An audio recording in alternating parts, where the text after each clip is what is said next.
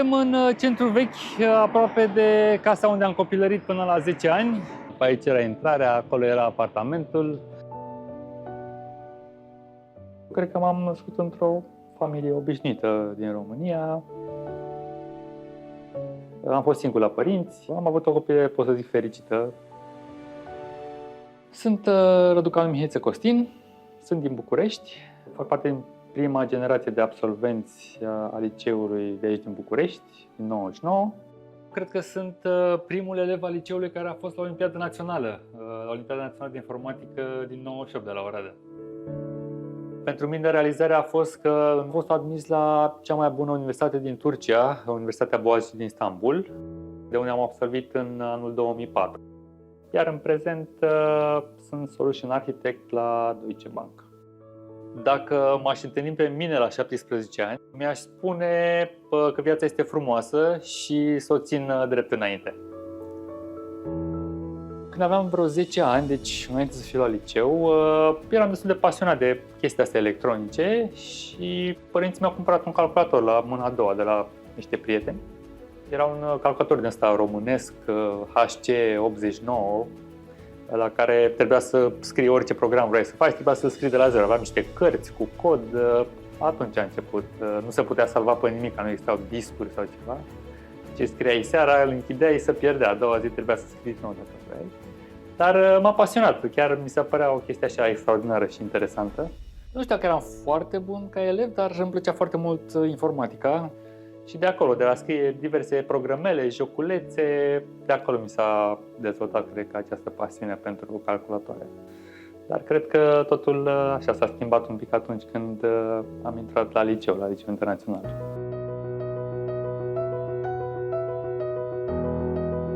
Prima clădire a liceului a fost în cartierul Sălaj. Chiar dacă era într-un cartier mai rău famat, mi-aduc aminte chiar că atunci în clasa 9 aveam un director, domnul Hamza, făcea niște cursuri de karate cu noi, aveam o sală de sport și ne învăța karate. Ca să ne dea așa un pic de încredere acolo, să nu ne fie frică în cartier, să nu ne fie frică să venim, să plecăm de acolo. Ce era afară nu era atât de important, într-un final era important ce era înăuntru, profesorii, colegii. Acum, da, bineînțeles, avem aici la liceu niște campusuri foarte frumoase și mult mai arătoase decât acele prime clădiri. Un unchi de-al meu a văzut reclama în ziar că se deschide un nou liceu și a avut încredere să mă trimită la liceul ăsta pentru că i-au cunoscut pe profesorii și pe directorii de atunci ai liceului. Așa, neobișnuit era că erau foarte atenți cu părinții noștri, i-au invitat la liceu, cred că chiar și la o masă, să discute cu ei, să se cunoască, un lucru care nu este foarte obișnuit la o școală din România, la un liceu, să chem părinții. Și bineînțeles, după aceea, când a început școala, chiar în primul trimestru, profesorii, domnul Hidayet, profesorul meu de turcă, a propus mie și multor dintre colegi să vină acasă, să ne cunoască părinții, să ne vadă casa. Iarăși, mie mi s-a părut o chestie foarte ciudată atunci, cum să vină acasă. Părinții mi-au zis, nu, cum, lui să vină, cum să ne cunoaștem. O altfel de atitudine, așa, că se vedea că profesorii sunt altfel decât ce știam noi că sunt niște profesori. Da, am păstrat și în ziua de astăzi, avem, cred că, relații destul de bune cu foștii mei profesori. N-am așa amintiri neapărat să povestesc, făceam multe năzdrăvănii. Pot să zic că eram ca o familie. Mai ales că am stat și la internat, petreceam foarte mult timp cu colegii, cu profesorii, cu beletmenii și cred că era un lucru bun care se făcea la internat, la noi la liceu, faptul că aveam acele ore în care trebuia să ne facem lecțiile și era un pic așa mai organizat. Când eram la liceu aveam și cursuri de turcă. În primul an aveam 9 ore de turcă pe săptămână și 16 de engleză. Am învățat, pot să zic, poate nu atât de mult vocabular, dar gramatic am învățat foarte mult. Iar apoi când am fost în Turcia, când am stat în Turcia 5 ani, mi-a fost foarte ușor să învăț vocabular, vorbind cu turcii, cu colegii mei, cu oamenii de acolo, dar faptul că știam gramatica deja foarte bine, mi-a fost foarte ușor să învăț să vorbesc corect. Și cred că m-a ajutat, adică și după ce am terminat facultatea și m-am întors în România, mi-a fost foarte ușor să-mi găsesc un loc de muncă, tocmai pentru că știam limba turcă și am lucrat timp de 10 ani, cred, la diverse firme și la Universitatea Lumina, vorbind turca zi de zi.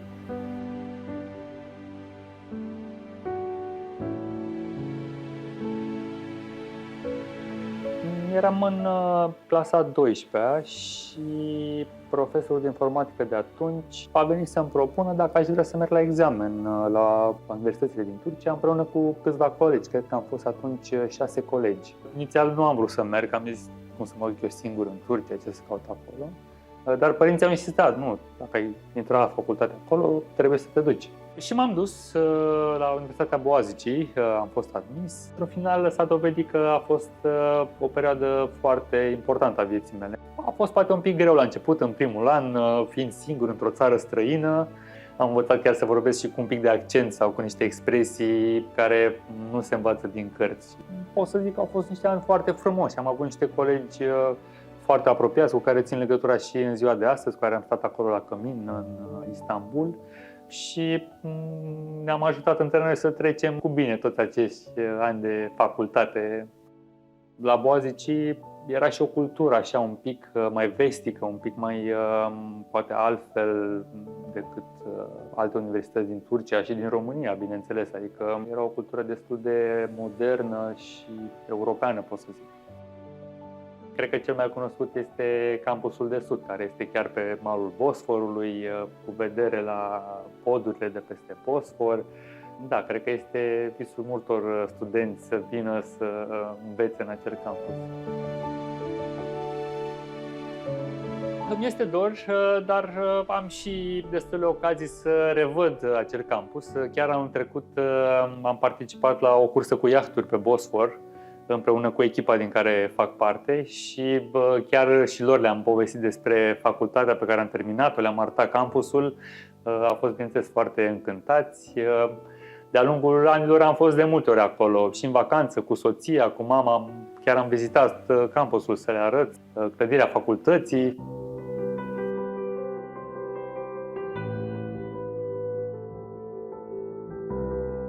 Când eram în Turcia, da, am dezvoltat și o pasiune pentru mâncarea turcească. Nu știu, îmi place foarte mult Adana Kebab, este preferatul meu și aici în România. Când mă duc la un restaurant turcesc, de obicei mănânc Adana Kebab. Așa m-am și deschis că este această mâncare de cantină sau de împinge tava, cum se numește la noi, în care m-am venit să mănânc mâncare de casă făcută cum se vede atunci pentru studenți la cantinele din jurul campusului universitar. În anul 2009 făceam website-uri și publicitate. Eu lucram mai mult cu firme mici, firme turcești în principal. Bineînțeles că atunci când a venit criza financiară, aceste firme, primul lucru la care au renunțat a fost cheltuielile cu publicitatea, cu website-urile. A fost o perioadă destul de dificilă pentru mine, iar în vara lui 2009, cred că era, am auzit că Fundația Lumina vrea să deschidă o universitate în București și m-am gândit să le propun să le fac un sistem de management al studenților. Mă gândeam că poate au nevoie. Și am venit și am vorbit atunci cu domnul Ragăb Glocel, era președintele fundației, care a fost încântat de idee să facem un astfel de software pentru universitate, dar mi-a spus că nu vrea să lucreze cu cineva din afară, că ar vrea să mă angajeze. Și cred că a fost unul dintre cele mai importante joburi pe care le-am avut în cariera mea. Am lucrat la Universitatea Lumina 5 ani de zile.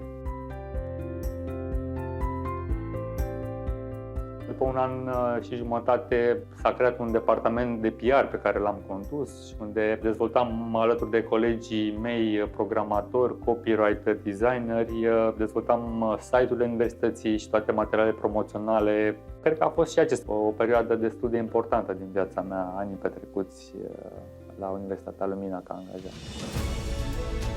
Mai recent, pe perioada pandemiei, având mai mult timp liber, m-am gândit să îl folosesc într-un mod mai util și mi-am obținut o certificare de Cloud Architect.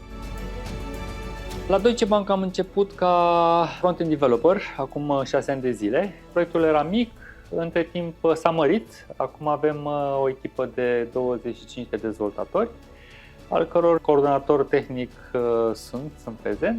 Avem destul de mulți colegi tineri. Mă simt foarte bine să-i îndrum așa un pic în carieră și cum să devină niște profesioniști.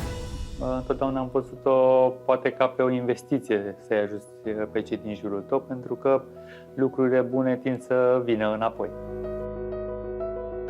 toate lucrurile pe care le-am trăit m-au făcut să fiu ceea ce sunt astăzi. Nu cred că a schimbat ceva din deciziile pe care le-am luat sau lucrurile care mi s-au întâmplat. Obiectivele mele pentru viitor sunt să fiu fericit alături de familia mea, să progresez în carieră, să-i ajut pe alții să fie și ei niște oameni mai buni.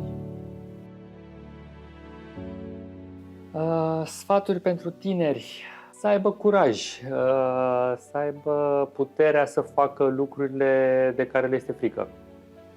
După ce am făcut facultate, am vrut să mă întorc înapoi în România. Am vrut să fac o carieră aici în România, pentru că eu consider că și aici în România avem niște oportunități destul de bune.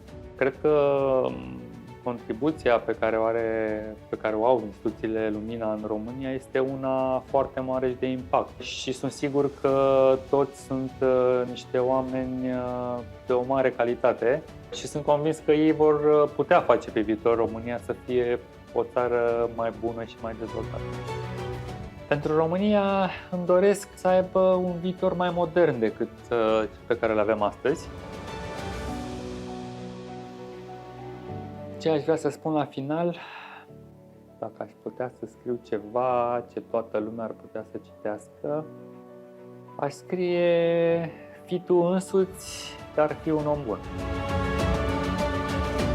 Nu sunt foarte bun cu vorbele, poate trebuie să ne facem mai multe griji despre faptele noastre și nu despre vorbele noastre.